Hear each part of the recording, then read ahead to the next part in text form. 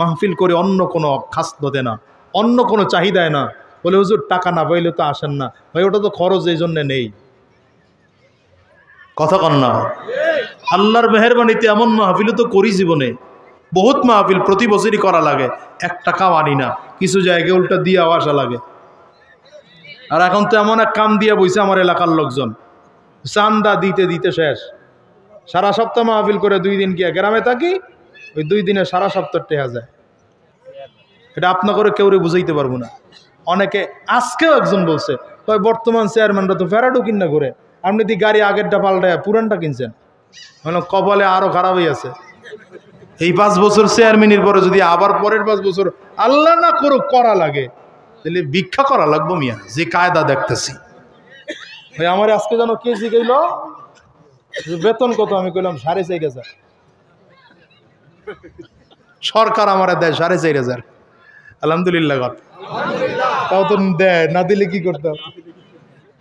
কথা কর না কে? হ্যাঁ রে মিয়া, হালাল উপায় ওখান থেকে 1 টাকা ইনকামের সুযোগ নেই, বিশ্বাস করেন। এই জন্য আমি পারি না, আমিও ইনকাম করতে পারি না। আমার মেম্বার দিয়ে আমার উপরে খেপা, আরে হ্যাঁ লেগে টাকা খাইতারি না। সেদিন সবগুলো একত্রিত হয়ে আসছে, হুজুর কয়েকদিন আগে বাজেট আসছে, কয় এইবারের বাজেটটা মোটামুটি আমাকে একটু খাওয়ার ব্যবস্থা করে দেন। হ্যালো ঠিক আছে, আমিও রাজি, আমিও খাই আপনারাও খান। সব তো মহা খুশি, আরে হুজুর এতদিন পর রাজি হয়েছে খাইতে। আর একটা ছোট্ট শর্ত আছে। কি শর্ত?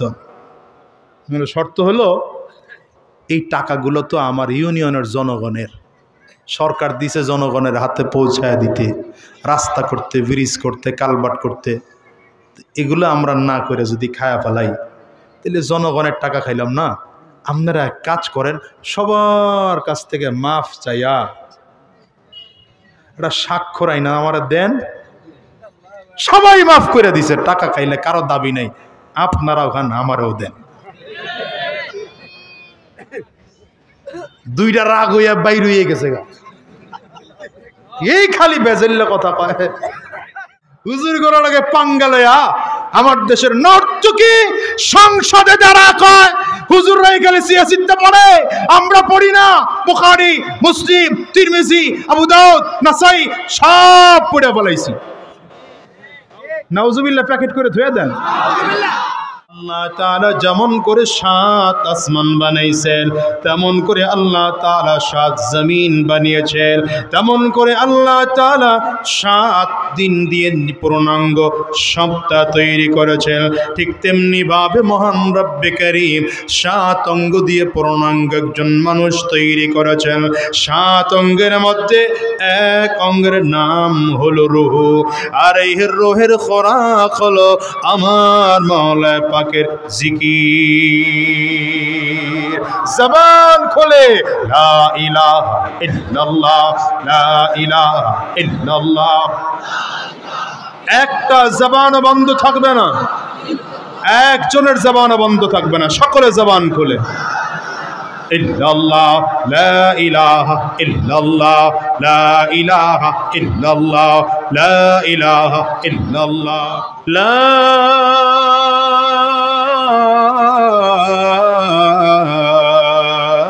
ইলাহা ইল্লাল্লাহ মুহাম্মাদুর রাসূলুল্লাহ। কি মোনাজাত দিয়ে দেবো? 4 জন সিরিয়াল টাড়া শুরু করছে কেন? এই রোগ আর কারো আছে? এই ব্যারাম কারো আছে আরো?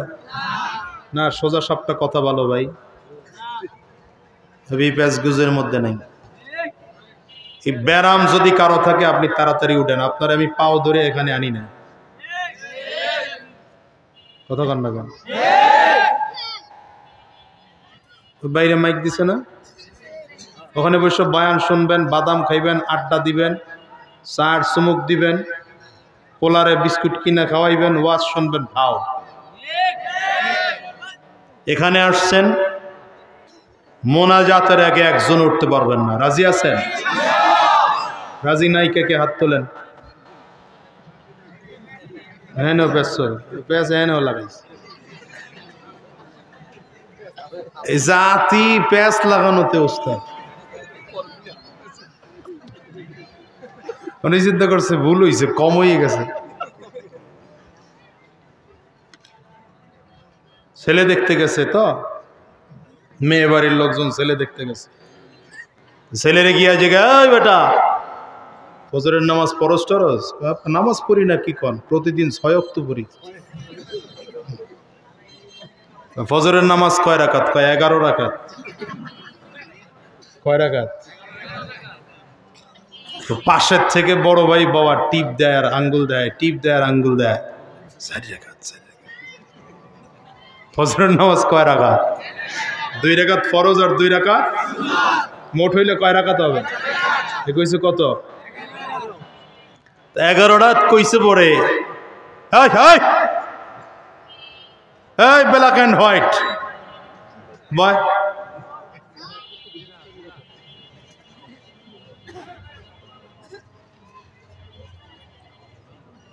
ওইটা অমন করে রয়েছে গা, ওইটা ঢুকা ভিতরে, ঢুক ভিতরে ঢুক। আবার বইছে, এখনো ঠিক করে বয় না। আমি দেখতাছি তো, আমার নজর বড় খারাপ নজর, তুই বুঝিস না যে আমি চোখে দেই না, ভালো পাওয়ার আছে এখনো। ভিতরে ঢুক, ওটা ঢুকান ভিতরে। ওটা ভিতরে না ঢুকলে আমি ওয়াজ করুম না তো। হ্যাঁ, এবার বুঝেন তো মান ইজ্জত কেমনে যাইব। খুব লম্বা কথা বলার সুযোগ আমার হাতে নেই, খুব দ্রুত শেষ করতে হবে। যদিও মাহফিল নাই, কিন্তু অন্য একটা আয়োজন আছে, আমার ওখানে গিয়ে শরিক হইতে হবে। ভাইরা আমার, তো গেছে কই? যখন 11 রাকাত কইছে ফজরের নামাজ, তো মাইয়ার বাপ মা যারা আছে এদের বোঝা হয়েছে না হয় নাই যে কয় নম্বর নামাজি? সালাম দিয়া কয় জায়গা এই বলার লগে সম্বন্ধ টম্বন্ধ। ঘরে আসছে পরে বড় বই করতো, তাই কিছু আছে তার সিরা হমক, এত বারবার দেখাই দিলাম 4 রাকাত, তুই কস 11 রাকাত। হ্যাঁ, তোমার কথা কইলি হইল, 11 কইছি তাতে আমারে ফালায় দৌ 4 কইলে তো বিডা মাইরা লিত। কথা বুঝেন নাই? এগুলো আমাদের দেশের অবস্থা। কি দিয়ে যেন মনে পড়লো, আত্মলা দিয়ে মনে পড়ছে। এই চিন্তা করছে একটা তুলছি কম হয়ে গেছে, 2টা তুলি এবার। তাক আপনি বুঝেন নাই মুরব্বী। আল্লাহ হেফাজত করো, আমিন কান। আমিনের পাওয়ার নাই কা, জোরে বলেন। ভাইরা আমার, যে আয়াতে কারিমা তিলাওয়াত করেছি, আল্লাহ রাব্বুল আলামিন বলেন, মা কানা মুহাম্মাদুন আবা আহাদিম মির রিজালিকুম ওয়ালাকিন রাসূলুল্লাহি ওয়া খাতামান নাবিয়্যিন। আমার নবীর পরিচয় আল্লাহ দিতেছেন, আমার নবীজির পরিচয় দিচ্ছেন। আমার নবীর পরিচয় কি? আল্লাহ বলতেছেন, মা কানা মুহাম্মাদুন আবা আহাদিম মির রিজালিকুম, আমার নবী দুনিয়ার কোন পুরুষের বাবা নন। ওয়ালাকিন রাসূলুল্লাহ, আমার নবীর পরিচয় হচ্ছে আমার নবী একজন রাসূল, মুহাম্মদ একজন রাসূল। কথা বলে না, মুহাম্মদ একজন। আল্লাহ বলেন রাসূলটা শেষ না, নবীজির আরো একটা পরিচয় আছে, ওয়া খাতামান নাবিয়্যিন, আমার নবী হলেন শেষ নবী। খুব ভালো করে বুঝেন, আদম আলাইহিস সালাম থেকে আরম্ভ করে যত নবীরা ঈসা আলাইহিস সালাম পর্যন্ত আসছেন, সকল নবীরা কি ওয়াজ করতে চায়? ওয়াজ করবি?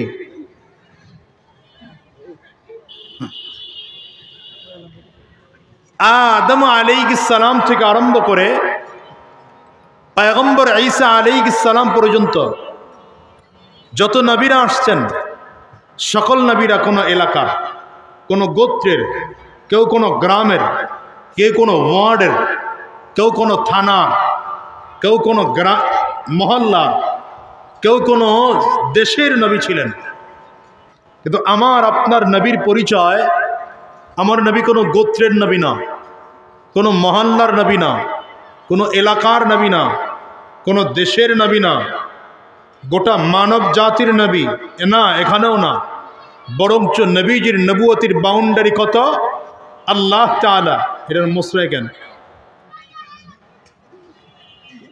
ও টের ভাই নেই গানা গানা। আমার নবীর পরিচয় কি? আল্লাহ তাআলা নিজে বলেন, আল্লাহ পাকের পরিচয় আলহামদুলিল্লাহি, আলহামদুলিল্লাহি রাব্বিল আলামিন, গোটা জগৎ সমূহের রব। আল্লাহর পরিচয় কি? আল্লাহ গোটা জগৎ সমূহের। জগৎ সমূহ বলতে কি বোঝায়? রঈসুল মুফাসসিরিন আব্দুল্লাহ ইবনে আব্বাস রাদিয়াল্লাহু আনহু বলেন, আল্লাহ তাআলা এই দুনিয়ার মতো আরো 40,000 জগৎ মিনিমাম তৈরি করেছেন। সুবহানাল্লাহ, পকেটে থুয়ে দেন, আগামীকাল করে সুবহানাল্লাহ আমাদের ফরমালিন দিয়ে ভিজাইতিস। জোরে বলেন কত জগৎ? দুনিয়ার মতো মিনিমাম আরো 40,000 জগৎ, এবং প্রতিটা জগতের মধ্যে ওইখানে বসবাস করতে পারে এমন মখলুক আল্লাহ বানায় রাখছেন। হ্যাঁ, আল্লাহ পাকের পরিচয়, আল্লাহ পাকের পরিচয় রব্বুল আলামিন। আল্লাহ পাকের পরিচয় রব্বুল আলামিন। এখন আমার নবীর পরিচয় কি? আল্লাহ নবীর পরিচয় দিচ্ছেন, ওয়ামা আরসালনাকা ইল্লা রাহমাতাল লিল আলামিন।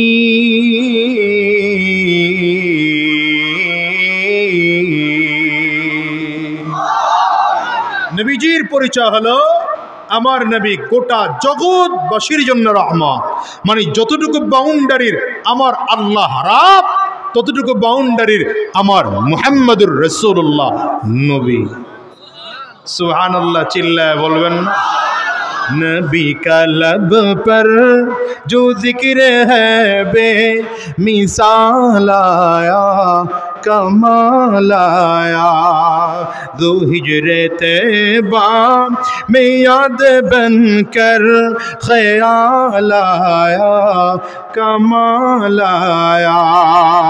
नबी का लब पर जो जिक्र है बे मिसाल आया कमाल आया, दो हिजरे तैबा में याद बन कर ख्याल आया कमाल आया। जोरे बोला जाए ना अल्लाह अकबर। तेरी दुआओं की बदौलत अज़ाब रब से बची हुए है, तेरी दुआओं की बदौलत अज़ाब रब से बचे हुए हैं। जो उम्मत उम्मत के तेरे लब पर सवाल आया ख्याल आया, नबी का लब पर जो जिक्र है बे मिसाल आया सवाल आया। কষ্ট হইতেছে। আমার নবীর পরিচয় গোটা জগৎবাসীর রহমত হলেন আমার আল্লাহ, রব হলেন আমার আল্লাহ, গোটা জগৎবাসীর রহমত হলেন আমার নবী। আর ওটা জোরে বলা যায় না? হ্যাঁ, আমার নবী গোটা জগৎবাসীর রহমত হয়ে আসছেন। শুধু রহমত হয়ে আসেন নাই, বরঞ্চ গোটা জগৎবাসীর উস্তাদ হয়ে আসছেন। আসমানের নিচে জমিনের উপরে গোটা পৃথিবী আমার নবীর মাদ্রাসা, গোটা পৃথিবী আমার নবীর মাদ্রাসা। নবীজির আগমন থেকে আরম্ভ করে, নবীজির নবুওয়াত থেকে আরম্ভ করে কিয়ামত পর্যন্ত গোটা পৃথিবীর মানুষ আমার নবীর ছাত্র। আমি বয়ান করতেছি, আমিও আমার নবীর ছাত্র। আমার আগে যিনি বয়ান করেছেন তিনিও আমার নবীর ছাত্র। তার আগে যিনি বয়ান করেছেন তিনিও নবীর ছাত্র, তার আগে যিনি বয়ান করেছেন তিনিও নবীর ছাত্র, গত বছর যারা বয়ান করেছেন তারাও নবীর ছাত্র, আগামী বছর যারা বয়ান করবে তারাও নবীর ছাত্র, আপনারা যারা শুনতে আসছেন আপনারাও নবীর ছাত্র, গত বছর যারা এসেছিলেন তারাও নবীর ছাত্র, আগামী বছর যারা আসবেন গোটা পৃথিবীর মানুষ নবীর ছাত্র। তবে হ্যাঁ, আমরা কেউ ছাত্র হইতে পারছি আর কেউ পারি নাই। কেউ নবীর ডাইরেক্ট ছাত্র, কেউ নবীর ইনডাইরেক্ট ছাত্র। আমরা হলাম ইনডাইরেক্ট ছাত্র। ডাইরেক্ট ছাত্র এক নম্বর আবু বকর সিদ্দিক। সুবহানাল্লাহ। কেমন ছাত্র বলেন তো? আল্লাহু আকবার, আল্লাহু আকবার। আবু বকর সিদ্দিক রাদিয়াল্লাহু আনহু এমন এক ছাত্র, ওমর রাদিয়াল্লাহু আনহু আরেক ছাত্র, এমন ছাত্র যাদের আমলের ঝুড়ি নাই। আম্মা জানা আয়েশা সিদ্দিকা রাদিয়াল্লাহু আনহাকে লয়া আমার নবী খোলা আকাশের নিচে গল্প করতেছেন। তো আম্মা জানা আয়েশা আসমানের দিকে তাকায়া বারবার করে তারকা গণতেছেন, 1 2 3 4 5 6 7 8 9 10। কিছু দূর গেলে এলোমেলো হয়ে যায়, আবার শুরু করে 1 2 3 4 5 6 7, আবার এলোমেলো হয়, আবার শুরু করে। এরকম নবীজি বারবার খেয়াল করতেছেন, গনে কি? আয়েশা কি গনতেছ? বলে ইয়া রাসূলুল্লাহ, ইয়া হাবিবাল্লাহ, আসমানের তারকা গনতেছি। নবীজি বলেন দেখি গণত। আবার নবীকে রাইখা গণা শুরু করছে, গনে কিছু দূর যায় আবার এলোমেলো হয়ে যায়। নবী বললেন আয়েশা তুমি কেন? গোটা পৃথিবীর মানুষরাও মিলে যদি আসমানের তারকা গমতে আরম্ভ করে, আল্লাহর কসম আল্লাহর আসমানের তারকা গনে শেষ করা যাবে না। এখন নবীজি কথাটা বলছেন, এই কথাটা খুব মজা। নবী বললেন আয়েশা তুমি কি জানো এই যে আসমানের তারকা যেমন গনে শেষ করতে পারো নাই, এমন অগণিত নেকি আমার সাহাবীদের মধ্যে কার আমল নামায় আছে? বলতে পারো? আম্মা জান আয়েশা মনে মনে চিন্তা করছেন যে মনে হয় আমার আব্বার কথা বলবেন। আম্মা জান আয়েশার বাবাকে আবু বকর, ঠিক না? আবু বকর সিদ্দিক তো আমার নবীর হাতে হাত দেওয়া প্রথম মুসলমান, আমার নবীর হাতে হাত দেওয়া প্রথম মুসলমান। এবং এমন মুসলমান নবী বলেন আমি যতজন সাহাবীকে দাওয়াত দিয়েছি সবাই দাওয়াত পাওয়ার পরে আমারে পরীক্ষা করছে, আমার মুআজিজা দেখেছে, আমাকে বারবার পরখ করেছে, যখন মিলছে তো কালিমা পড়ে মুসলমান হয়েছে। তো আবু বকর এমন একজন ব্যক্তিত্ব দাওয়াত দেওয়ার পরে আর এক মুহূর্ত দেরি করে নাই, কালিমা পড়ে মুসলমান হয়েছে। শুধু কি বলছে জানেন? আমার নবী যেদিন নবুয়ত পেয়েছেন সেদিন আবু বকর সিদ্দিক মক্কায় ছিলেন না, একদিন পরে মক্কায় আসছেন, ব্যবসায়িক কাজে দূরে ছিলেন। আসার পরে নবীজি আবু বকর সিদ্দিকরে বলে আবু বকর আমি তো গতকাল নবুয়ত প্রাপ্ত হলাম। সুবহানাল্লাহ, কিছু কইলেন? আবু বকর সিদ্দিক নবীজির দিকে তাকায় কয় সাদাকতা ইয়া রাসূলুল্লাহ, সত্য বলছেন হুজুর। কথা কয় না, সত্য বলছেন হুজুর। এখন আবু বকর সিদ্দিক নবীজির চেহারার দিকে তাকায় রইছে। নবীজি খেয়াল করতে পারতেছেন যে আবু বকর কিছু শুনতে চায়। এখন নবী আমার ভয়, আবু বকর 22 বছর আগের কথা মনে আছে? বুঝেন নাই? না বুঝেই সুবহানাল্লাহ কোন, পরে কইতেছি কোন, আরো জোরে কোন। আবু বকর 22 বছর আগের কথা মনে আছে? বলতে দেরি আর আবু বকর হাতটা বাড়ায় নবীজির হাতে আর দিতে দেরি না। কি ঘটনা কি? 22 বছর আগে নবীজির বয়স যখন 18 বছর, আবু বকর সিদ্দিক রাদিয়াল্লাহু আনহুর বয়স তখন মাত্র 20 বছর। কত বছর? 2 বছর সিনিয়র। আবু বকর সিদ্দিক রাদিয়াল্লাহু আনহু আর আমার নবী দুইজন ব্যবসায়িক কাজে যাইতেছেন। রাস্তায় তাবু টানানাইয়া রাত্রি যাপন করতেছেন। বুঝতেছেন নাকি? রাত্রিবেলা আবু বকর সিদ্দিক স্বপ্ন দেখেন শেষ জামানার নবী যিনি হবেন তার এই এই এই এই ক্যাটাগরির কিছু গুণ থাকবে। নবীর যিনি প্রধান সহকারী হবেন তার এই এই কিছু গুণ থাকবে। আবু বকর সিদ্দিক মিলায়া দেখতেছেন নবীর যেই গুণ আর প্রধান সহকারীর যে গুণ দেখা যায় এটা হয়তো আমার মধ্যে আছে আর আমার বন্ধু মুহাম্মদের মধ্যে আছে। তখন থেকে আবু বকর সিদ্দিক টেনশনে আছেন, নবী কে হবে, প্রধান সহকারী কে হবে। এই গুণ তো আর কারো কাছে পাই না, এই গুণ হয়তো আমার কাছে, নাইলে আমার বন্ধু মুহাম্মদের কাছে। এখন আমি কি নবী হব না মুহাম্মদ নবী হবে, আমি সহকারী হব না আমার নবী সহকারী হবে। টেনশনে ছিলেন, খুব টেনশনে ছিলেন। এই স্বপ্ন কারো কাছে বলেনও নাই। আবু বকর সিদ্দিক বলেন, একা একা স্বপ্ন দেখে টেনশন করছিলাম। আমার নবী যখন বললেন 22 বছর আগের সে স্বপ্নের কথা মনে করো, আমার বুঝতে আর বাকি নেই, কারো কাছে বলি নাই।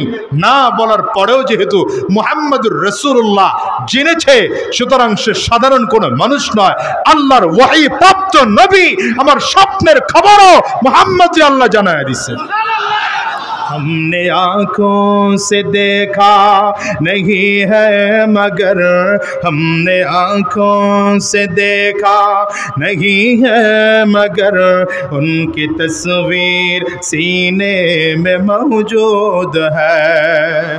जिसने लाकर कलामे इलाही दिया, जिसने लाकर कलामे इलाही दिया, वो मुहम्मद मदीने में मौजूद है।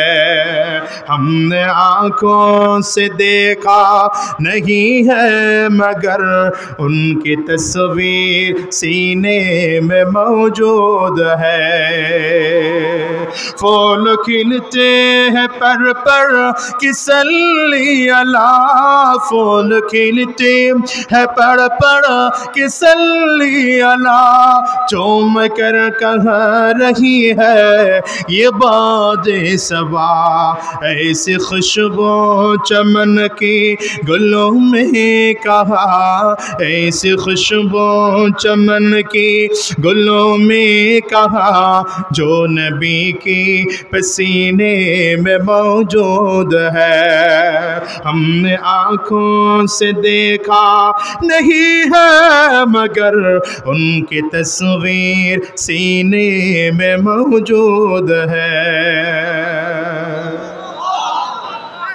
আবু বকর সিদ্দিক নবীজির হাতে হাত দিয়া বাড়ায় দিয়া কয়, হুজুর কালিমা পড়ায় দেন, মুসলমান হয়ে যাও। আরো জোরে বলা যায় না? হুজুর কালিমা পড়ায় দেন, মুসলমান হয়ে যাব। তো আজকের সেই আবু বকরের কথাই তো মনে হয় আম্মা জান আয়েশা মনে করতেছে, মনে হয় আমার আব্বার কথাই তো বলবে। আর কে বা আছে এত কাছের? হ্যাঁ, আমার নবী কয়, আয়েশা। তা আম্মা জান আয়েশা উত্তর দিচ্ছেন আমার নবীকে, আল্লাহু ওয়া রাসূলুহু আ'লামু। হুজুর আমি তো জানি না, আল্লাহ এবং তার রাসূল ভালো জানে। সাহাবায়ে কেরামদের একটা চমৎকার অভ্যাস ছিল, যদি কোনো বিষয়ে হালকা সন্দেহান থাকতেন তো তাড়াতাড়ি করে উত্তর দিয়ে দিতেন, আল্লাহু ওয়া রাসূলুহু আ'লামু, আমার আল্লাহ এবং তার রাসূলই বেশি জানেন, আমরা বেশি জানি না। আর এখন আমাদের দেশের অবস্থা হলো, হুজুররা জানে কসু, সব জানতা আমি। কথা কয় না, সব জানতা শমশের। কথা কন না কেন? আমি যখন 5 ওয়াক্ত নামাজের ইমামতি করতাম নারিন্দা, তো মাঝে মাঝে কিছু মুসল্লির এসে আমার প্রশ্ন করতো, আমি উত্তর দিব কখন? 2 জন মুসল্লি উত্তর দিয়া লাইছে। কথা কয় না? এমন আসেনি? চায়ের দোকানে বসে বসে দেখবেন বুখারী শরীফের হাদিস কয়, আল্লাহ কোরআনে কইছে লাকুম দীনুকুম, আল্লাহ বুখারী শরীফে কইছে লাকুম দীনুকুম ওয়ালিয়া দীন। এটা বুখারী শরীফের হাদিস তো, কেউ কথা কয় না তো। লাকুম দীনুকুম ওয়ালিয়া দীন বুখারী শরীফের কয় নম্বর হাদিস? হ্যাঁ, কথা কন না না। আরে মিয়া, হুজুর করার আগে পাঙ্গালয়া আমার দেশের নর্তকী সংসদে যারা কয় হুজুররাই গেলে সিয়াসিতে পড়ে, আমরা পড়ি না। বুখারী, মুসলিম, তিরমিজি, আবু দাউদ, নাসাই সব পড়ে বলাইছি। নাউজুবিল্লাহ প্যাকেট করে ধুয়ে দেন। জাতি কপাল পড়া। নাউজুবিল্লাহ কইব তা তো মনে হয় যেন টাকা লাগবে এখন। আই জোরে মানে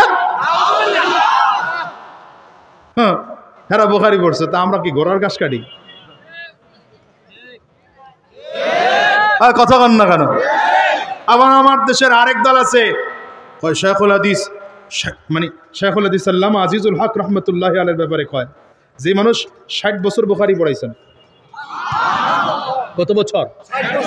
বাংলাদেশে সর্বপ্রথম যিনি বুখারীর বাংলা লিখছেন বাংলা তরজমা লিখছেন তিনি শাইখুল হাদিস আল্লামা আজিজুল হক রহমতুল্লাহ আলাইহি। আমার দেশের একদল কয় শাইখুল হাদিস সাহেব 60 বছর বুখারী পড়াইলে কাজী বুকি, এই বুখারী বুঝে নাই। হে বুঝে নাই, বুঝছে কেডা? ডাক্তারে। কি কথা বল? হ্যাঁ, হে বুখারী বুঝে নাই, বুখারী বুঝছে কে? ইঞ্জিনিয়ারে, অ্যাডভোকেট সাহেব। কথা কয় না তো। কেন বুখারী বুঝে নাই? দলিল কি? কয় হুজুরে আমিন জোরে কয় না। এ হলো দলিল। বুখারীতে আছে আমিন জোরে কওয়ার হাদিস, অথচ এই ব্যাক করলে জানেই না পুরো বুখারী শরীফের মধ্যে একটা হাদিস নাই আমিন জোরে বলা। কথা কয় না। আমি চ্যালেঞ্জ করলাম, আমি তো অত বড় হুজুর না, কিন্তু বুখারী তো পড়ছি। কথা কয় না। আমি ভালো উস্তাদের কাছে পড়ছি, নর্মাল উস্তাদের কাছে না। মাদারীনগর মাদ্রাসায় পড়ছি মিয়া। আমার ক্লাসমেট 3 জন বাংলাদেশে বোর্ডে 1 নম্বর হয়েছে। আমার ক্লাসের ক্লাসমেট একজন হয়েছে 5 আর একজন 7। এই 3টা সিরিয়াল আমাদের ছিল আমার ক্লাসের।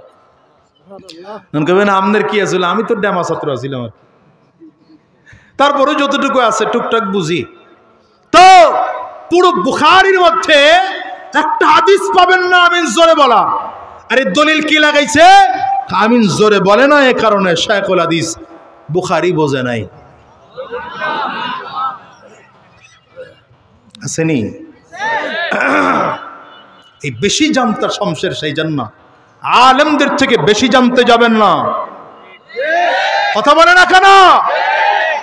আমার এদেশে তো একদল এমনও কয় হিন্দুদের বুঝায় গেলে মুসলমান ইমানের এত ক্ষতি হয় না। কি ফতুয়া বাবা রে বাবা। আমি চিন্তা করি মুফতি আমরা বললাম কি লেগে ফতুয়ার বিভাগে তাকাসসুস ফিল ইফতা পড়ার দরকার আছে কি? হ্যাঁ, তো বিশাল মুফতি বাংলাদেশে। কি কথা কন না কেন? শোনেন, সাহাবায়ে কারামদেরকে আমার নবী আল্লাহ তাআলা নবীর প্রতি আদব শিখিয়েছেন। কেমন আদব শিখিয়েছেন জানেন? এই যে আমি আপনাকে ধমক টমক দিতেছি না, উঠতে নিষেধ করতেছি না, নিষেধ করতেছি কিনা? ওই যে ওখানে যারা দাঁড়ায় ছিলা করে নিয়ে বসাইছি, টুকটাক ধমক দিতেছি, কেন জানেন? এটা আদব শিখাইতেছি। আপনি হয়তো আপনার কথা মনে করতে পারেন যে হুজুর মনে হয় ভাব লইতেছে, আজকে হেরে বয়ান শেষে দিছে তো খুব ভাব লইতেছে। অনেকে মনেই তো করতে পারে, মানে হ্যাঁ বুঝি পাওয়ার পেয়ে গেছে গাছ। কিন্তু আমার যে মেয়ে সবসময় শেষই দেয়, কি কম কথা কন না। অনেকে মনে করতে পারেন, কিন্তু এটা আদব শিখাইলাম। কেন জানেন? নবীজির সামনে সাহাবায়ে কেরাম বসবে কেমনে আল্লাহ তাও শিখিয়েছেন, কথা বলবে কেমনে আল্লাহ তাও শিখিয়েছেন। লা তারফাউ আসওয়াতাকুম ফাওকা সাউতিন নবী, নবীর সামনে নবীর আওয়াজ থেকে তোমার আওয়াজ যেন বেশি উঁচু না হয়। আল্লাহ আদব শিক্ষা দিয়েছেন সাহাবায়ে কেরাম। আর আমার দেশে নবী নাই, তো উলামায়ে কেরাম ওয়ারাসাতুল আম্বিয়া। আরে বলেন না কথা। আমি তো গুনাহগার, আমার কথা বাদ দেন। দেশের হক্কানি উলামায়ে কেরাম নবীর ওয়ারিস, ঠিক না? তো নবীর ওয়ারিস যদি হয়, নবীকে যেমন করে সাহাবায়ে কেরাম ইজ্জত আর সম্মান করেছে, এই যুগের উলামায়ে কেরামদের তো সাধারণ মানুষের সেই পরিমাণ ইজ্জত আর সম্মান করার কথা ছিল। আমার ভাই, বিশেষ করে আমার কলিজার টুকরা যুবকদেরকে বলবো, কলিজার মধ্যে নবীর মুহাব্বত ঢুকাও, উলামায়ে কেরামদের সম্মান ঢুকাও, নয়তো ধ্বংস হইতে দুনিয়া আর কিছু লাগবে না। এই একটা জিনিসই যথেষ্ট। খোদার কসম করে বললাম, একটা জিনিসই যথেষ্ট। তুমি হুজুরের বিরুদ্ধে কথা কও, হুজুরের পছন্দ হয় না, এটা হয় না, ওইটা হয় না, অমুক খারাপ, অমুক খারাপ, অমুক খারাপ, তো তুমি একলা ভালো? আমার কাছে তো মনে হয় পৃথিবীর সব ভালো, আমি একা খারাপ। নিজের দিকে নিজে তাকাও। আমরা সমালোচনায় বড় পটু, আত্মসমালোচনা আমাদের মধ্যে না। আমার দিকে তাকাই না আমি। সাহেবুদ্দারে আদরা বিমা ফিহে, নিজের মধ্যে কি আছে আমি আমার চেয়ে ভালো কেউ জানে না। আমাকে নিয়ে আমি চিন্তা করি না। আমি আরেকজনের নিয়ে সমালোচনা করার সুযোগ পাই কোথায়? আরেকজন খারাপ কথা বলার সুযোগ পাই কোত্থেকে? আমি নিজেই তো খারাপ। গুনাহের গোডাউন রয়েছে আমার মধ্যে, হারামের গোডাউন রয়েছে আমার মধ্যে। মিথ্যার গোডাউন রয়েছে আমার মধ্যে, হারাম খাইতেছি আমি, এখন হারাম কাজ করতেছি আমি আল্লাহর কাছে কবুল হইতে পারলাম কিনা, এটাই তো বড় আফসোসের। কার বিরুদ্ধে কথা বলবো? আমি তো মনে করি আজকের এই এখানে যারা আলোচনা করেছেন প্রত্যেকে আমার চেয়ে বেশি যোগ্য। কথা বলেন না কেন? মৌলানা ইলিয়াসুর রহমান জিহাদি ভাই বয়ান করেছেন, একদল আছে হ্যাঁ হে কি ওয়াজ করে, আলেম না ঠালেম না, খালি চিল্লায়। আরে ভাই সে চিল্লাক না, কিন্তু মাঝখানে দুইটা কথা বলে। আমার কাছে তো মনে হয় বাংলাদেশে যদি খুঁজেন হাজারো মানুষ পাওয়া যাবে যারা অন্তত ইলিয়াসুর রহমান জিহাদির বয়ান শুনে দাঁড়িয়ে রেখেছে। পারবে না ফেলতে আপনি তার অবদান? আরে ভুল থাকতে পারে না, মানুষ না সে? কথা বলে না কেন? আলোচনা করেছেন আমার আগে হযরত মাওলানা কারি আব্দুর রহিম আল মাদানী। আমি তো ভালো করে জানি এই মানুষটার বয়ান শুনে দেশের বহু মানুষ নামাজি হয়েছে কি নয়? এরপরে মুফতি ইসমাইল সিরাজি সাহেব, এদের বয়ান শুনে মানুষ দিনদার হয়েছে এমন নাই? আমি কার বিরুদ্ধে বলবো বলেন? আত্মসমালোচনা শিখেন, আত্মসমালোচনা শিখেন। কেমন আত্মসমালোচনা জানেন? আল্লাহু আকবার। খুব ভালো করে খেয়াল করেন। হানজালা রাদিয়াল্লাহু আনহু আসছেন ওমর রাদিয়াল্লাহু আনহুর দরবারে, এসে কয় নাফাক হানজালা, এসে বলতেছে হযরত ওমর, হানজালা তো মুনাফিক হয়ে গেছে। ওলামায়ে কেরাম এখানে আছেন, ভালো করে বুঝেন কি বলতেছে। নবীর সাহাবী, খুব ভালো করে কথাটা বুঝেন। নবীর সাহাবী হযরত ওমরের কাছে গিয়ে কয় নাফাক হানজালা, আরে হানজালা তো মুনাফিক হয়ে গেছে। হযরত ওমর কয় কেন? বলে ভাই নবীর সামনে থাকলে আমার দিলের যে হালাত, নবীর দরবার থেকে বের হয়ে গেলে আমার দিলের হালাত ওইটা থাকে না। তো আমার নবীর সামনের হালাত একরকম, বের হইলে হালাত আরেক রকম, তার মানে আমি তো মুনাফিক হয়ে গেছি। হযরত ওমর কয় এই কারণে যদি মুনাফিক তুমি হও তাহলে তো আমিও তো মুনাফিক। কোন ওমর? এই কোন ওমর? যে আমর নবীজির জমানে জান্নাতের সার্টিফিকেট প্রাপ্ত সাহাবী, দ্বিতীয় নম্বরের সার্টিফিকেট প্রাপ্ত সাহাবী। শোনেন, নবীজি যখন হযরত ওমরকে ঘোষণা দেয় জান্নাতের, তখন ঘোষণা দিয়েছেন এইভাবে, ইন্নী রাআইতু কসরান ফি নাওমি, ইন্নী রাআইতু কসরান ফি নাওমি। ফজরের নামাজের পরে সাহাবায়ে কেরামদেরকে আমার নবী বলেন, সাহাবীরা আজকে রাত্রিবেলা স্বপ্নের মধ্যে একটা দামি বিল্ডিং দেখলাম, দামি বিল্ডিং। দামি বিল্ডিংটা 4টা দেওয়াল দিয়ে তৈরি করা হয়েছে। কয়টা দেওয়াল? এর মধ্যে নবী বলেন একটা দেওয়াল তৈরি করা হয়েছে জান্নাতি লাল রঙের স্বর্ণ দিয়া, এর মধ্যে একটা দেওয়াল তৈরি করা হয়েছে মণি মুক্তা দিয়া, আর একটা দেওয়াল তৈরি করা হয়েছে জবরদস্ত পাথর দিয়া, আর একটা দেওয়াল তৈরি করা হয়েছে ইয়াকুত পাথর দিয়া। 4টা দেওয়াল তৈরি করতে গিয়া মাঝখানে কোনো বালুয়াট সিমেন্ট ব্যবহার করা হয় নাই, মাঝখানে ব্যবহার করা হয়েছে মিশক আর আম্বার। নবী আমার বলেন নিচের ফ্লোরটা বানানো হয়েছে জাফরান দিয়া। রাসূল আরবি বলেন এত সুন্দর বিল্ডিং দেখে জিজ্ঞাসা করলাম লিমান হাদা, এত সুন্দর ঘর এটা কার? একজন এসে বললেন ফাতাম মিন কুরাইশ, এটা কুরাইশ বংশের একজন যুবকের। পয়গম্বর আরবি বলেন জানান্তু ইন্নী মিন কুরাইশ ওয়া ইন্নাহু লি, মনে মনে আমি চিন্তা করলাম আমিও তো কুরাইশ বংশের একজন যুবক, তাইলে মনে হয় জান্নাতের বাড়িটা আমার জন্য বরাদ্দ করা।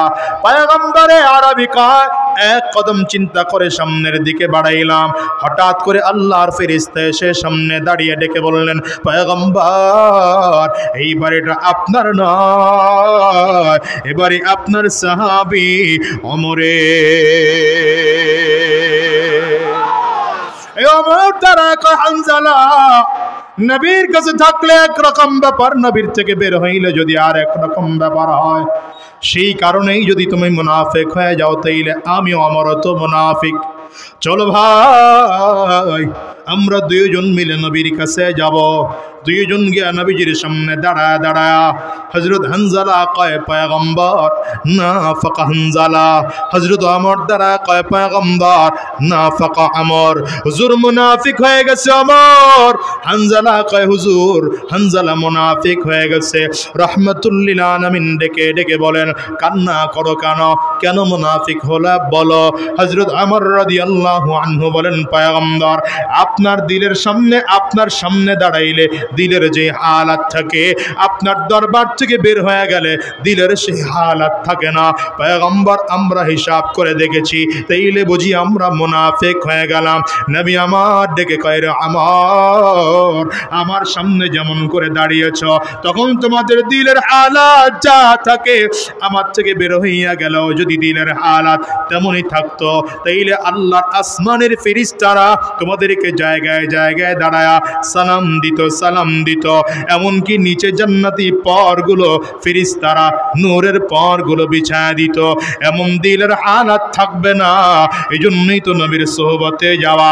আজকের এই মাহফিলের ময়দানে যারা আসছে ভালো করে খেয়াল করে দেখেন, এখানে থাকা অবস্থায় দিলের যে হালাত এখান থেকে বের হয়ে গেলে দিলের সেই হালাত থাকে না।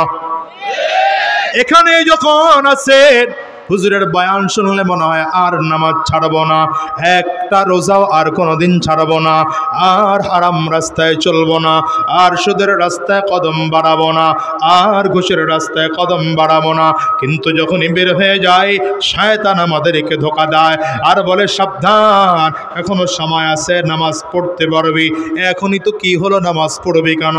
দাড়ি এখনো ঠিক করে ওঠে নাই, কিছুদিন পরে নামাজ পড়া যাবে। দাড়ি উঠলে পরে নামাজ পড়া যাবে। যখন দাড়ি উঠেছে বলে দাড়ি যখন পাকা শুরু করবে তখন নামাজ পড়া যাবে। যখন দাড়ি পাকা শুরু হলো বলে বয়স 40 হওয়ার পরে নামাজ পড়া যাবে।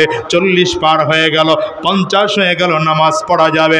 এমন করে করে করে করে দুনিয়ার মধ্যে এমন মানুষ খুঁজতে পাওয়া যাবে যারা বলছিল আগামীকাল নামাজ পড়বো, আগামীকাল রোজা রাখবো, আগামীকাল দ্বীনের রাস্তায় চলবো, আগামীকাল ইসলামের পথে চলবো।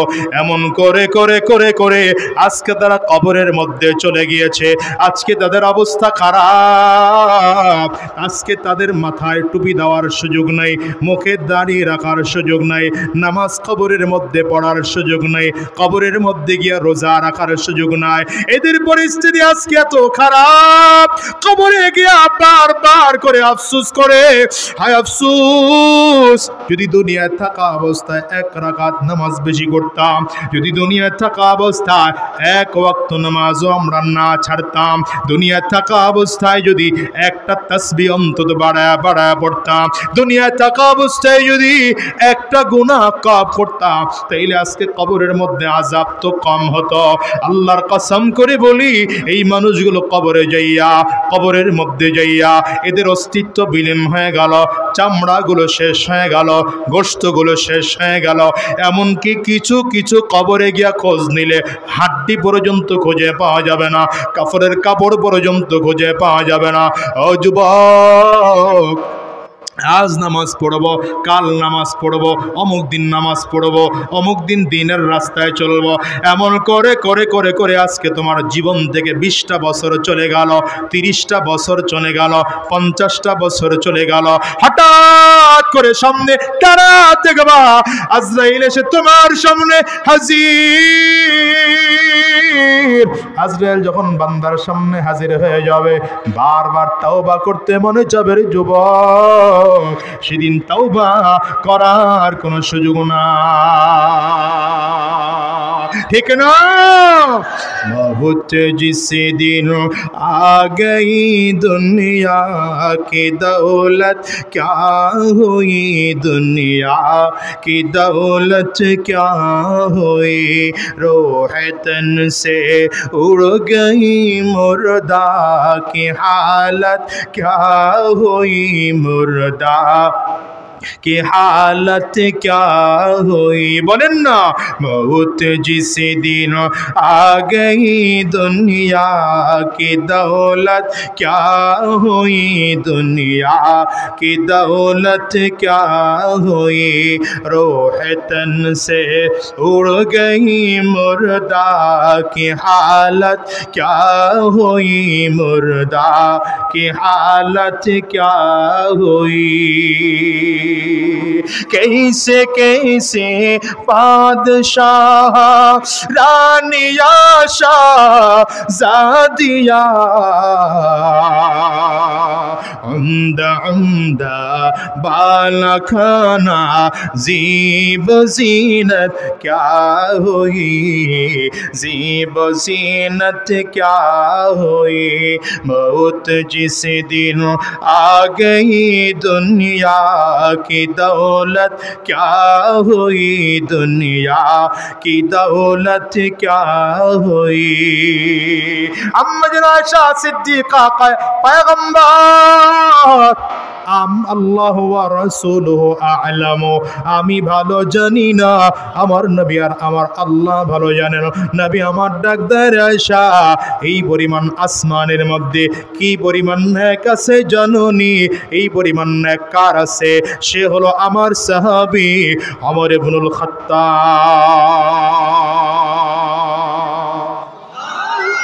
জোরে কন্যা, জোরে কন্যা।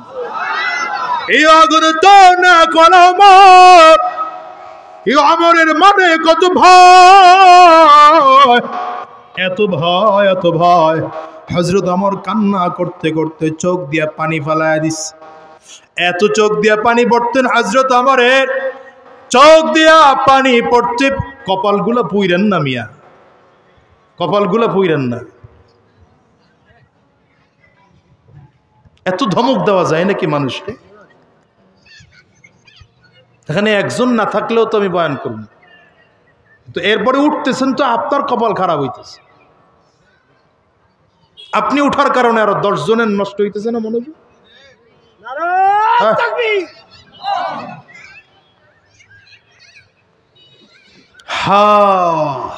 জাতিরে কি দিয়ে বুঝাম? মাহফিলগুলো এখন সব কমার্শিয়াল হয়েছে, কমার্শিয়াল। এখন মাহফিল করলে লাভ আমাগর পকেটের, লাভ মাহফিল কমিটির কালেকশনের, আর আপনাদের কিছু কানশোক হয়, কিছু নিয়ে যাবেন বাড়িতে। কে পারছেন কোনটা নিয়ে যেতে বাড়িতে? ওই নিয়তেই বসে না, মনসায় বইছে, মনসায় উঠছে। অথচ নবীজির দরবারে মানুষ বসলে, সাহাবায়ে কেরাম নবীজির দরবারে বসলে এমন ভাবে বসতো, পাখি এইটা ঘাড়ের উপরে যদি বসতো তো পাখি বুঝতো না জীবিত কোনো মানুষের উপরে বসছি, মরা কোনো কাঠের উপরে বসছি। শুনেন তো, শুনা লাভ কি? বলে শুনা লাভ কি? কি লাভ বয়ান শুনা?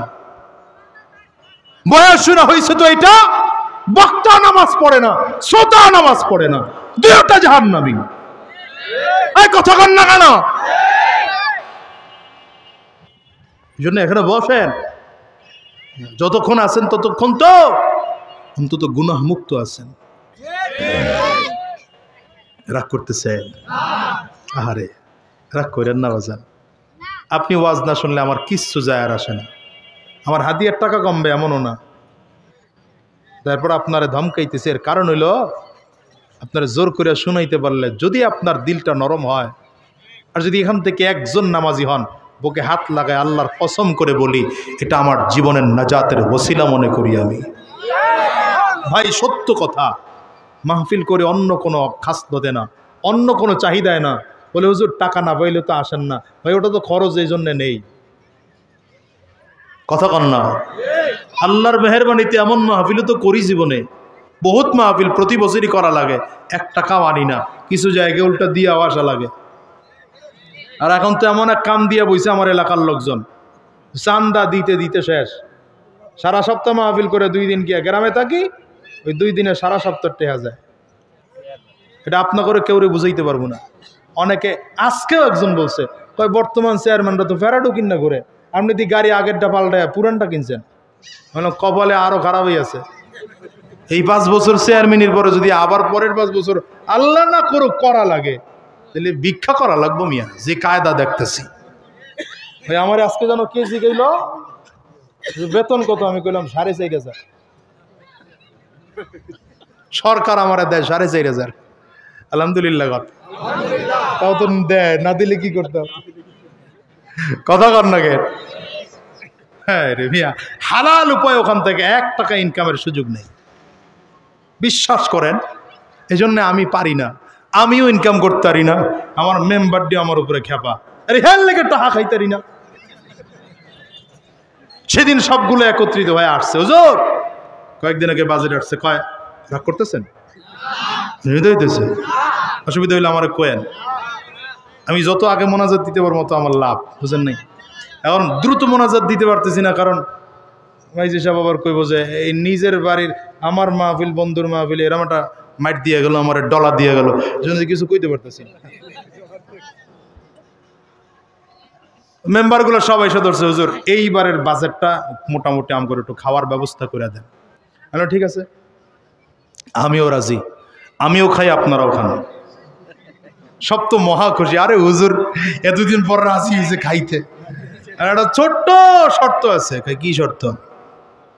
শর্ত হলো এই টাকাগুলো তো আমার ইউনিয়নের জনগণের, সরকার দিছে জনগণের হাতে পৌঁছায় দিতে, রাস্তা করতে, ব্রিজ করতে, কালভার্ট করতে। এগুলো আমরা না করে যদি খায়া ফেলাই, তাহলে জনগণের টাকা খাইলাম না।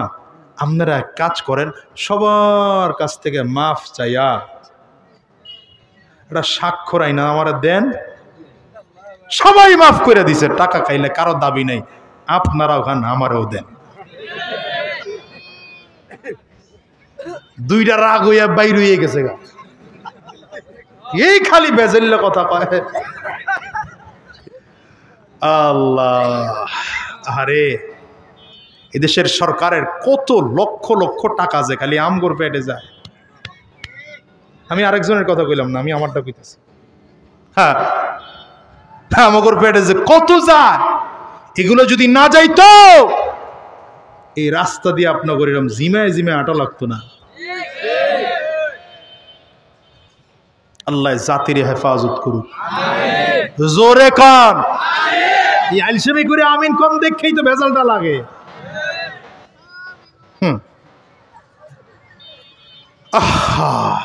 খালি রাজনীতি হুজুররা করে কেন? দোষ হলো এইটা। হ্যাঁ, হুজুরা রাজনীতি করেন, এইটা দোষ। রাজনীতি হুজুরা, রাজনীতি রাজনীতি হুজুররা করবে না, চোরেরা করে সব খাইয়া লাগবে। মগার দল জনগণ রাগ করতেছে। আহা, এই আমার যে আমার এত পরিমাণ নেকি তার আমল নামায়, আসমানের তারকা যেমন অগণিত, হযরত আমরের নেকিও তেমন অগণিত। আল্লাহু আকবার। এই আমর কাঁদতেছে আল্লাহর সামনে, কাঁদতে কাঁদতে গালে কালো দাগ পড়ায় বলিস। সাহাবায়ে কেরাম বলেন, আমর ঔষধ লাগান, কালো দাগটা ভালো হয়ে যাবে। হযরত আমর কয়, ঔষধ লাগাইলে যে ভালো হবে আমিও জানি, কিন্তু আল্লাহর সামনে দাঁড়ায় জবাব দেব কি? আমার মালিক যদি জিজ্ঞাসা করে আমর কে নিয়ে আসছো, আমি রবের সামনে দাঁড়ায় তো জবাব দিতে পারবো না। তো আমি আল্লাহর সামনে দাঁড়ায় অন্তত কালো দাগটা দেখাবো, আল্লাহ তোমার ভয়ে, তোমার জাহান্নামের ভয়ে, তোমার আযাবের ভয়ে কাঁদতে কাঁদতে গালের মধ্যে কালো দাগ পরায় নিয়ে আসছি। ফালইয়াযহাকু কালীলা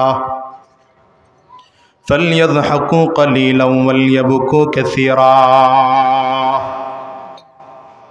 এ মুসলমান, হাসো কম, বেশি বেশি কাঁদো, হাসো কম, বেশি বেশি কাঁদো। আমাদের জীবনে কান্না কম, হাসি বেশি, এজন্য আমাদের জীবন ধ্বংস। সাহাবায়ে কেরামদের কান্না ছিল বেশি, হাসি ছিল কম। এমন কান্না ছিল জানেন, আদম আলা নবিয়িনা আলাইহিস সালাতু ওয়াস সালাম কে আল্লাহ তাআলা কয়, আদম লা তাকরাবা হাদিহি শাজারা, নির্দিষ্ট গাছ দেখায় বললেন সাবধান আদম, এই নির্দিষ্ট গাছের ধারে কাছেও যাও না। শয়তান এসে ধোঁকা দেয়, আদম আলাইহিস সালামের দরজার সামনে দাঁড়ায়া শয়তান বলে ইন্নী লাকুমা নাসিহিন, আমরা তোমাদের দুইজনরে নসিহত করার জন্য শয়তান এসে হাজির হয়েছি, ওয়াজ করার জন্য আসছি। শয়তান ভালো সুরত দিয়া ধোঁকা দেয়, আদম আল্লাহ তাআলা কেন ফল খাইতে নিষেধ করছে জানো? এই ফল যদি খাও চিরস্থায়ী জান্নাতি হয়ে যাইবা। আল্লাহ তাআলা তোমাদেরকে জান্নাতে চিরস্থায়ী রাখতে চান না, এজন্য ফল খাইতে নিষেধ করেছে। আদম আলাইহিস সালাম কয় খাবো না, খাবো না। কেন খাবো? আমাদেরকে আল্লাহ জান্নাতে রাখলে রাখবে, জান্নাত থেকে বের করে দিলে বের করে দিবে, আপত্তি নাই, তবুও জান্নাতের এই ফল খাওয়া যাবে না। আল্লাহ তাআলা বলেছেন লা তাকরাবা হাদিহি শাজারা, এই গাছের ধারে কাছেও যাইবা না। শয়তান ইবলিস কয় আদম এই গাছের ধারে কাছে যাইতে আল্লাহ নিষেধ করেছে, কিন্তু এই জাতীয় ফল খাইতে তো আল্লাহ নিষেধ করে নাই। এই জাতীয় ফল যদি অন্য কোনো গাছের হয় সেখান থেকে গাইলে তোমার তো কোনো অসুবিধা নাই। আদম আলাইহিস সালাম রে ভুল বুঝাইয়া দুইজনরে ফল খাওয়ায় দিলেন। দুইজন ফল খাওয়ার সাথে সাথে জান্নাতি পোশাকগুলো খুলে গেল, জান্নাতি লতা পাতা দিয়া লজ্জা কোনো কায়দায় ঢেকে এবার হাজাতের প্রয়োজন হলো, ইস্তেঞ্জার প্রয়োজন হলো, বাথরুম সারার প্রয়োজন হলো। ইস্তেঞ্জার জায়গা জান্নাত নয়, আমার আল্লাহ এদেরকে দুনিয়ায় পাঠাইয়া দিলেন। আদম আলা নবীনা আলাইহিস সালাতু ওয়াস সালাম কে দুনিয়ার সিরিয়া পাঠাইয়া দিলেন। হাওয়া আলাইহিস সালাতু ওয়াস সালাম কে আল্লাহ তাআলা সৌদি আরবের জিদ্দায় পাঠাইয়া দিলেন। এবার দুইজনে হাঁটতেছে হাঁটতেছে হাঁটতেছে, আল্লাহ পাকের কি কুদরত! আদম আলাইহিস সালাতু ওয়াস সালাম এই যে কাজটা করেছেন, আহলুস সুন্নাত ওয়াল জামাআতের আকীদা হলো এটা কোনো গুনাহ করেন নাই, কবিরা গুনাহ না, সগীরা গুনাহ না। গুনাহ তো করেন নাই, কারণ হলো সব নবীরা নবুয়তের আগে এবং পরে বেগুনাহ, মাসুম, নিষ্পাপ। চিল্লায় কোন ঠিক না বেঠিক? আদম আলাইহিস সালাম গুনাহ করেন নাই, এমনকি অন্যায় পর্যন্ত করেন নাই, এমনকি আমাদের চোখেও ভুল না, এটা রব্বে করিমের চোখে ভুল করেছেন। এতটুকু ভুলের কারণে আদম আলাইহিস সালাতু ওয়াস সালাম দুনিয়ায় আসার পরে একদিন দুই দিন নয় রে মুসলমান, 40 দিন না খেয়েছিলেন, 40 দিন না খেয়েছিলেন। শুধু তাই নয়, 100 বছর চোখের পানি ফালা ফালা কান্না করেছে, 300 বছর পর্যন্ত তওবা করেছেন আমার আল্লাহ পাকের দরবারে। লজ্জায় মাথা আসমানের দিকে তুলে তাকান নাই, আমি আমার মালিকের আসমানে কেমনে লজ্জায় মুখ তুলে তাকাবো? এর কলিজার টুকরা যুবক, এবার আমি তোমারে প্রশ্ন করি, বলো ভাই, আজকে তুমি গুনাহ করো, এমন গুনাহ তো তাসবির দানা ছিঁড়ে গেলে একটার পর একটা যেমন তাসবির দানা থেকে দানা পড়তে থাকে, তোমার আমার গুনাহগুলো তো একটার পর একটা এমন করে হইতেছে। ওই ফেসবুকের মধ্যে গুনাহ, মেসেঞ্জারের মধ্যে গুনাহ, হোয়াটসঅ্যাপের মধ্যে গুনাহ, ইমোর মধ্যে গুনাহ, ইউটিউবের মধ্যে গিয়া গুনাহ, গুগলের মধ্যে গিয়া গুনাহ, মোবাইল দিয়া গুনাহ, টেলিভিশন দিয়া গুনাহ, বন্ধুদের সাথে গিয়া গুনাহ। হও মিয়া, বাবা মায়ের আমানতবদ্ধ কইরা সেখানে আরো গুনাহ করতেছ। বলো তোমার আমার জীবনের যেই পরিমাণ গুনাহ হয়, যদি আদম আলাইহিস সালাতু ওয়াস সালাম গুনাহ করেন নাই, ভুল করেন নাই, এমনকি অন্যায় পর্যন্ত করেন না, ছোট্ট মালিকের দরবারে ভুল করার কারণে যদি 100 বছর কান্না করে থাকেন, 300 বছর তওবা করে থাকেন, তোমার আমার তওবার পরিমাণটা কেমন হওয়া দরকার? তোমার আমার কান্নার পরিমাণটা কেমন হওয়া দরকার? চোখে পানিও না, অন্তরটা বড় শক্ত, চোখ দিয়ে পানিও বের হয় না। কেন জানো? শয়তান ধোঁকা দিয়া দিয়া দিয়া দিয়া অন্তরটারে শক্ত বানায় ফেলাইছে। এই জন্য বলে যাই রে যুবক, যারা গুনাহগুলো করেছ, নিজের গুনাহের কথা স্মরণ করে দিল নরম করো, মালিকের কবরের আযাবের কথা স্মরণ করে করে দিলটারে নরম করো, আল্লাহর দ্বীনের কথাগুলো স্মরণ করে করে দিলটারে নরম করো। কারণ দুনিয়া আজ হোক কাল হোক এই দুনিয়ায় কেউ থাকতে পারে না, কেউ দুনিয়ায় থাকতে পারবো না, কারণ দুনিয়া আসার সিরিয়াল আছে। আল্লাহর কসম করে বলে গেলাম, যাওয়ার কোনো সিরিয়াল নাই। আছে নাকি বাজান? বলো বলো, আছে নাকি? এই দুনিয়া আসার সময় আগে দাদা আসে, তারপরে বাবা, তারপরে সন্তান। যাওয়ার সময় এমন হয় দুনিয়ার দাদা থাকে, নাতি জমিন থেকে বিদায় হয়, বাবা জমিনে থাকে, সন্তান জমিন থেকে বিদায় হয়। ও বাজান, তোমার আমার ক্ষেত্রে এমন হতে পারে কি পারে না? আওয়াজ করে চিল্লায় কও। এইখানে এমন মানুষ কত হাসির, যারা নিজের হাতে মাকে কবরে রাখছে, আছে না নাই? বাবা আরে নিজের হাতে কবরের মধ্যে রাখছে, নিজের ভাইটাকে নিজের হাতে কবরের মধ্যে রাখছে। ওই কবর তোমার আমার জন্য অপেক্ষা করতেছে। কোন দোকানের মধ্যে যেন মার্কিন কাপড় চলে আসছে। আমার কলিজার টুকরা যুবক ভাই, মনে করতে বড় মুরব্বীরা আগে মারা যাবে, আমি পরে মারা যাব। না ভাই না, কারণ দুনিয়া আসার সিরিয়াল আছে, যাওয়ার কোনো সিরিয়াল নাই রে ভাই। তোমার জন্য কোন দোকানে জানে কাপড়ের কাপড় চলে আসছে।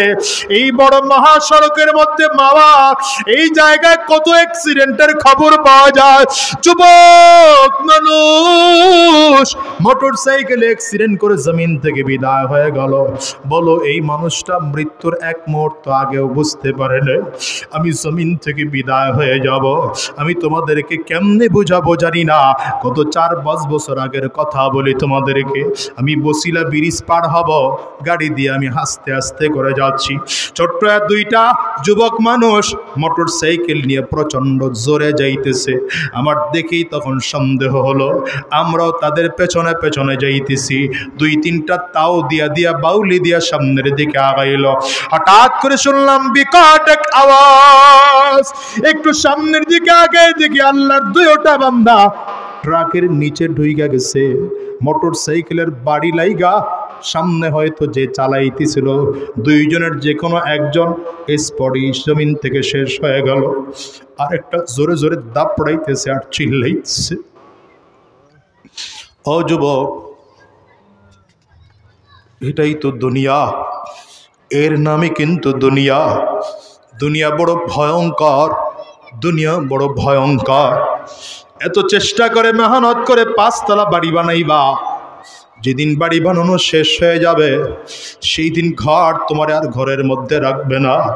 কত কষ্ট করে মেহনত করে খাট বানাইবা, কত মেহনত করে দাবি চাদর, কত মেহনত করে গরমের দিনে এসি লাগাইবা, শীতের দিনে হিটার লাগাইবা।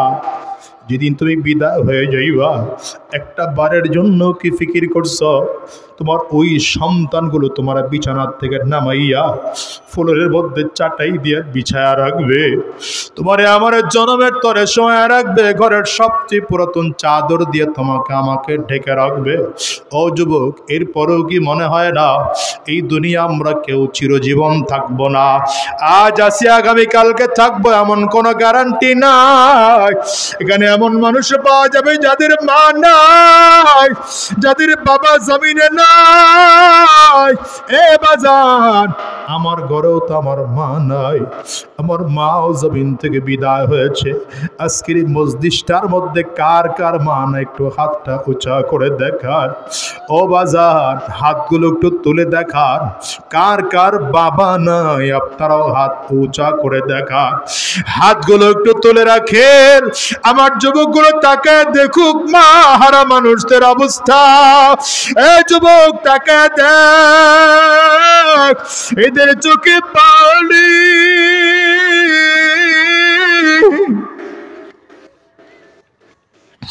তুইলা রাখেন নামান না।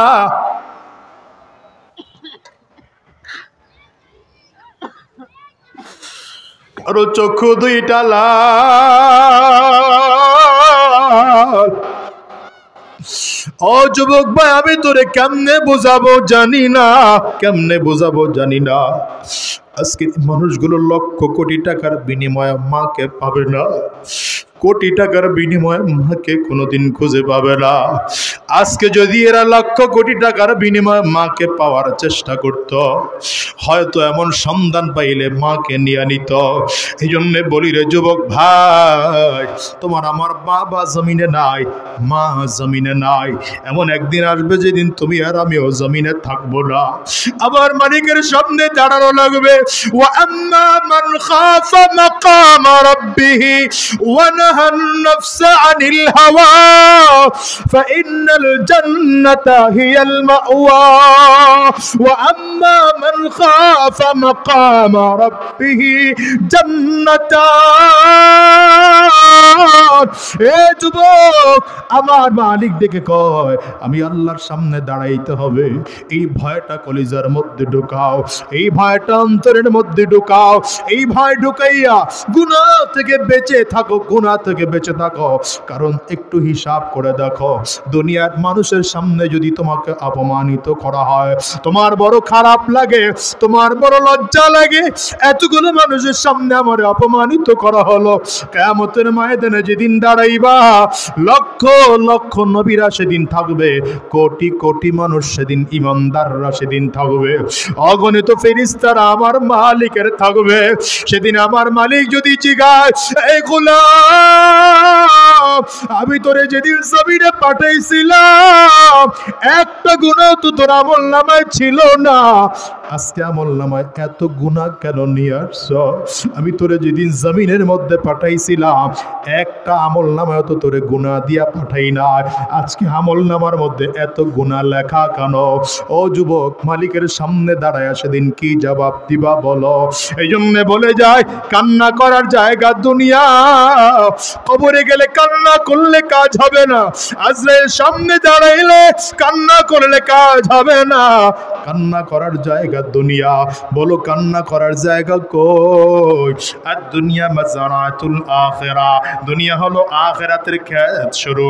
এখানে কান্না করো, এখানে বসে তাওবা করো, এখানে বসে নামাজ পড়ো, এখানে বসে রোজা রাখো, এখানে বসে মালিকের কাছে কাঁদো আর বলো, মালিক,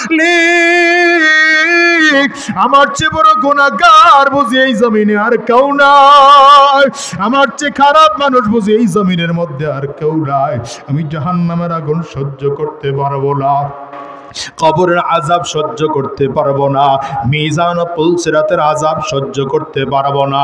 এ পারবা? আওয়াজ করে বলো, পারবা? যদি না পারো, মালিক রে ডাকো, আল্লাহ, এ চিল্লা ডাকো আল্লাহ, আরো জোরে ডাক দাও না, আল্লাহ। জাহান্নামে আগুন মাবুদ সইতে পারব না,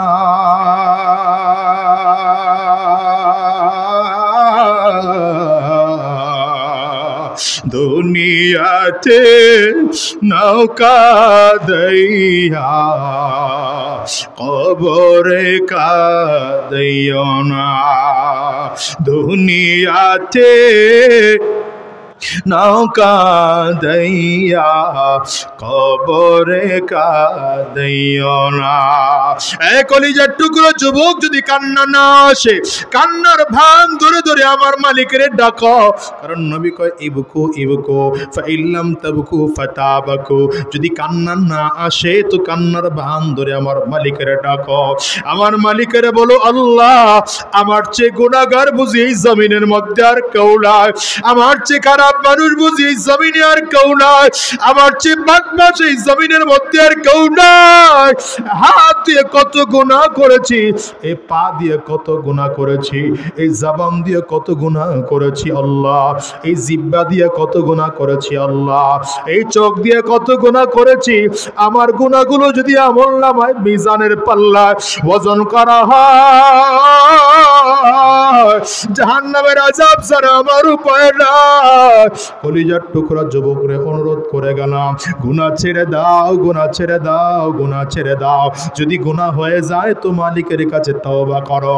আজকের ময়দানটায় যারা বসে আছো, গভীর রাত ঠান্ডার মধ্যে যারা বসে আছো, মালিকের কাছে কান্না করে বলো, আয় আল্লাহ আর জীবনে গুনাহ করব না, আর শয়তানি রাস্তায় চলবো না, হারাম রাস্তায় আর কদম দাঁড়াবো না, আর জিনার রাস্তায় চলবো না, আর সুদের ব্যবসা করব না, আর ঘুষের ব্যবসা করব না, আর শয়তানি রাস্তায় চলবো না।